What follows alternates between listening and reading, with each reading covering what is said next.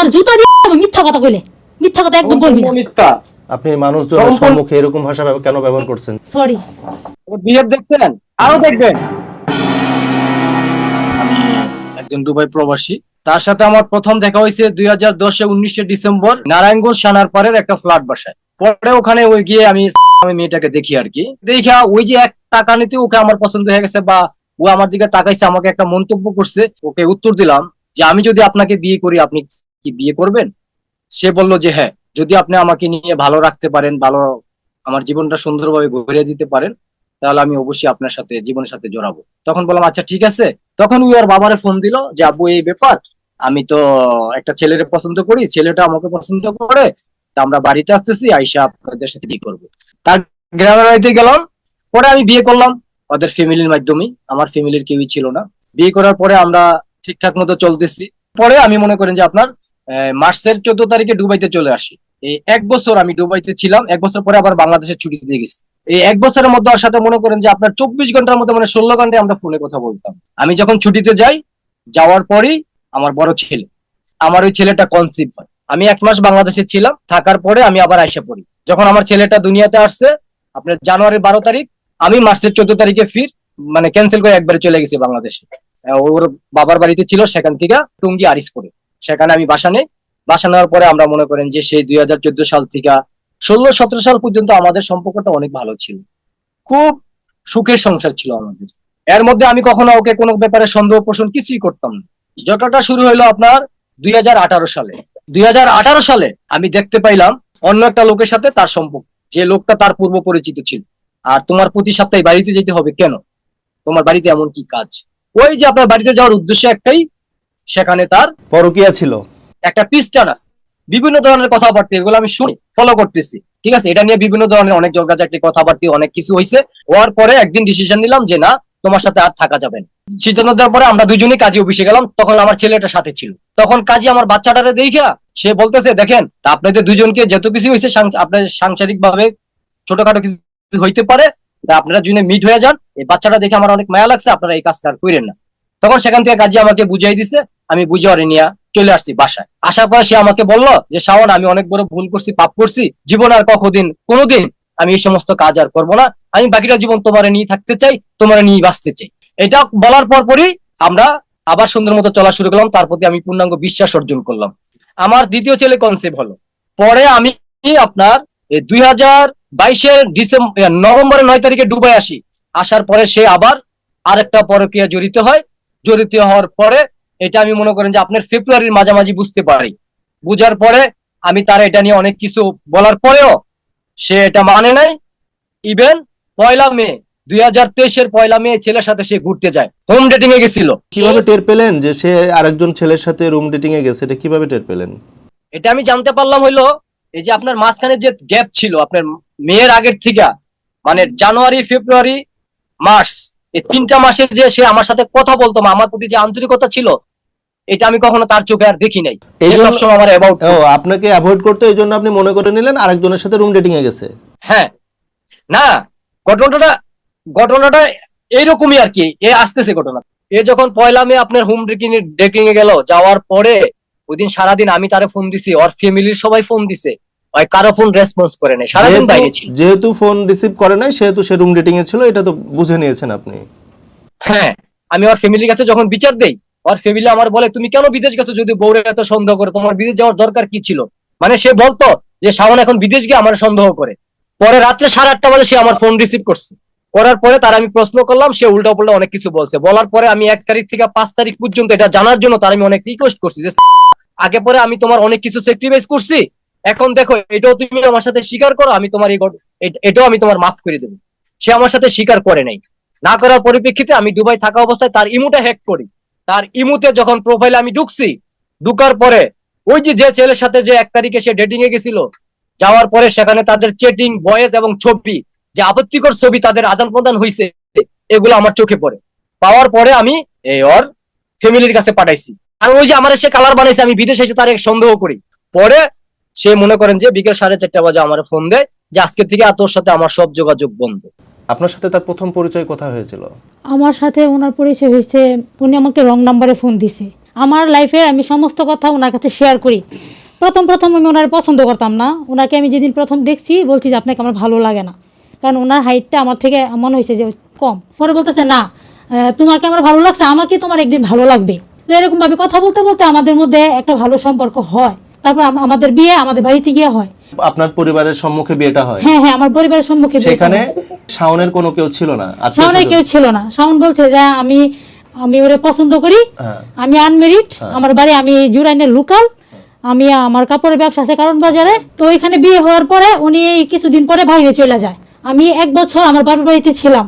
তো তারপরে উনি ছুটিতে আসার পরে আমার বড় ছেলে মুরসালিন কনসিভ হওয়ার পরে উনি আবার বাইরে চলে যায়। যখন আমার ছেলে জন্ম নেয় মুরসালিন, তখন উনি আবার 4 মাস পরে, মুরসালিনের জন্ম নেওয়ার 4 মাস পরে উনি চলে আসে একবারে।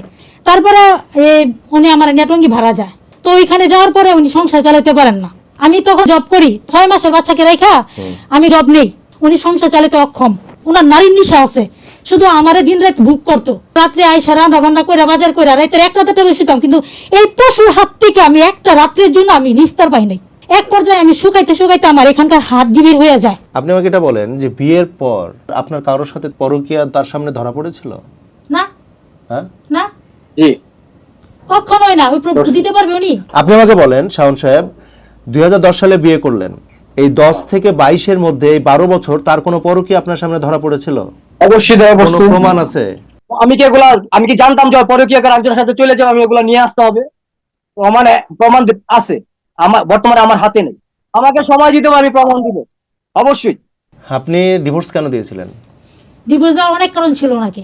আমার যে ভাইয়ের কথা বলতেছে, উনি আমার ভাইয়ের সাথে আমার পরকীয়া সম্পর্ক। আপনার ওই ভাইয়ের বাসা কি বা আপনার বাসার পাশে? আমার ভাই, আমার আপন জানাতো ভাই লাগে।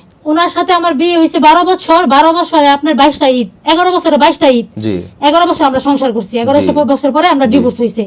তো 22টা ঈদের মধ্যে উনি আমার সাথে একটা ঈদ করছেন। এটা কি আমার একটা কষ্টের কারণ না? তার মানে এই 22টা ঈদে আপনাকে কোনো ঈদে তার ঈদে নেই নাই। গেছে তো বাড়িতে। দেখছেন এই মিথ্যা কথা বলতেছে। তাইলে আমি এর সাথে কথা কি করে বলবো? আপনার এই যে 10, 11, 12 বছরে কোনো ঈদে তাকে বাসায় নিয়েছিলেন? তাকে সে আমার বাড়িতে গেছে, জিজ্ঞেস করেন গেছে না, কয়টা ঈদে বাসায় নিয়ে গেছেন তাকে? আমার আম্মা মারা যাওয়ার সাথে সাথে আমার আম্মার লাশের সাথে সে আমাদের বাড়িতে গেছে। আপনার স্ত্রী কয়বার গেছে আপনার বাসায়? আপনার এই স্ত্রী কয়বার গেছে আপনার বাসায়? সে পর্যন্ত 3বার গেছে, 3বার গেছে। তারপরে মনে করেন আমার মুরসালিনকে 12 বছর বয়সে করছি আমি। আমার শাফিন খান যখন পেটে আসছে, জি, এই করোনার মধ্যে উনি আমার ভালা রেখে গেছে, ঘরে 1 টাকার বাজারও দিয়ে গেছে না। তখন কোথায় ছিল সে? হ্যাঁ, আমার তো ভালাই তো 5 বার গেছে গা ভাই। আমি খালি কাজ করে খাইছি সংসারে। এই হাড়ভাঙা খাটুনি খাইতে খাইয়া 5বার আপনাকে ছেড়ে রেখে চলে গেছে। চলে দেখ, খাওন খোরা কিচ্ছু না, খোঁজ খবর কিচ্ছু না। উনি বসে ওনার আমি মাসের পরে মাস, বছরের পরে বসে খাওয়াছি আমি কামাই কইরা।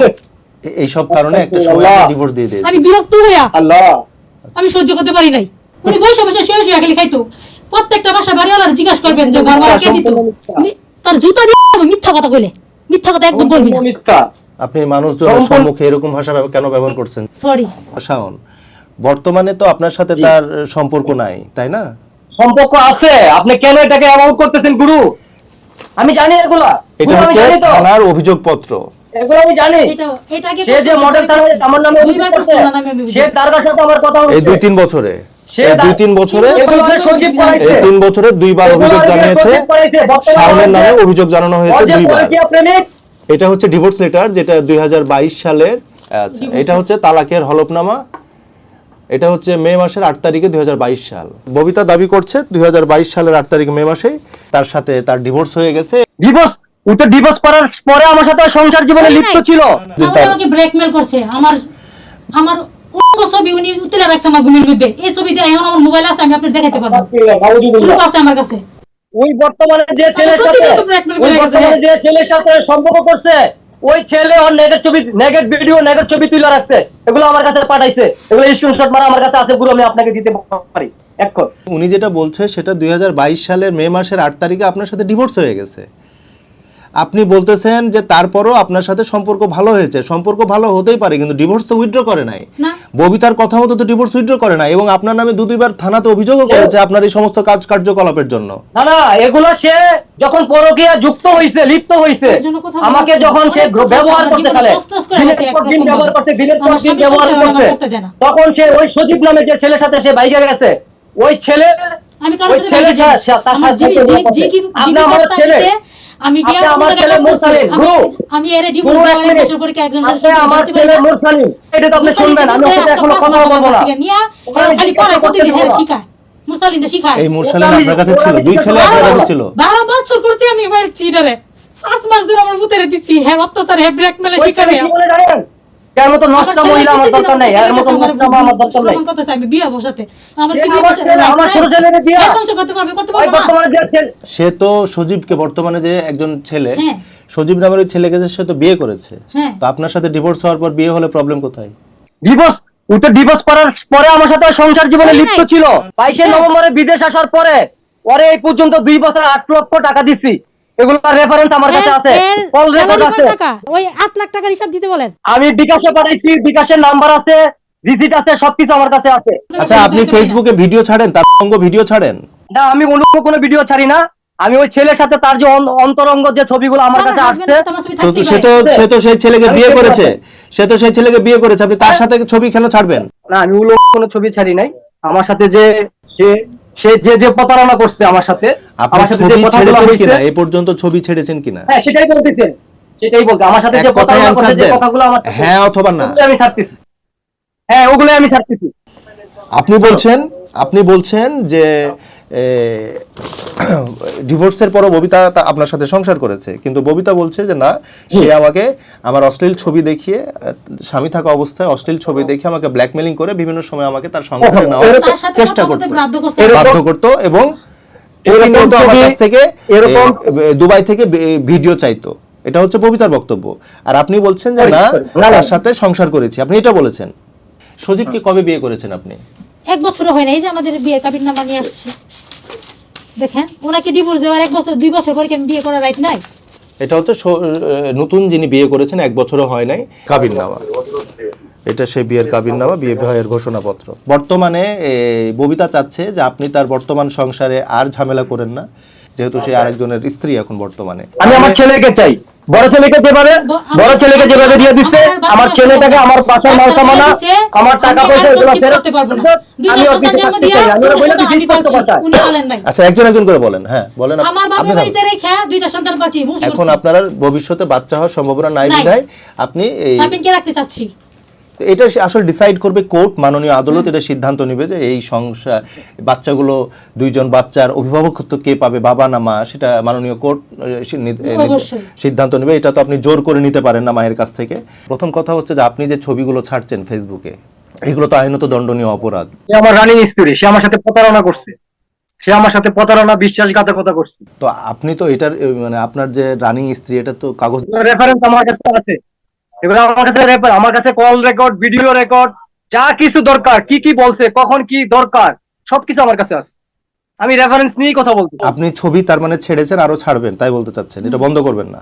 জি না, আমি যতদিন পর্যন্ত আমার সন্তানকে আমি ফেরত না পাবো, আমার বাসার মাল সামানা, আমার 5 লক্ষ হ্যান্ড ক্যাশ টাকা, এগুলো যতক্ষণ পর্যন্ত ফেরত না পাবো, আমি আরো মামলা করবো ইনশাল্লাহ।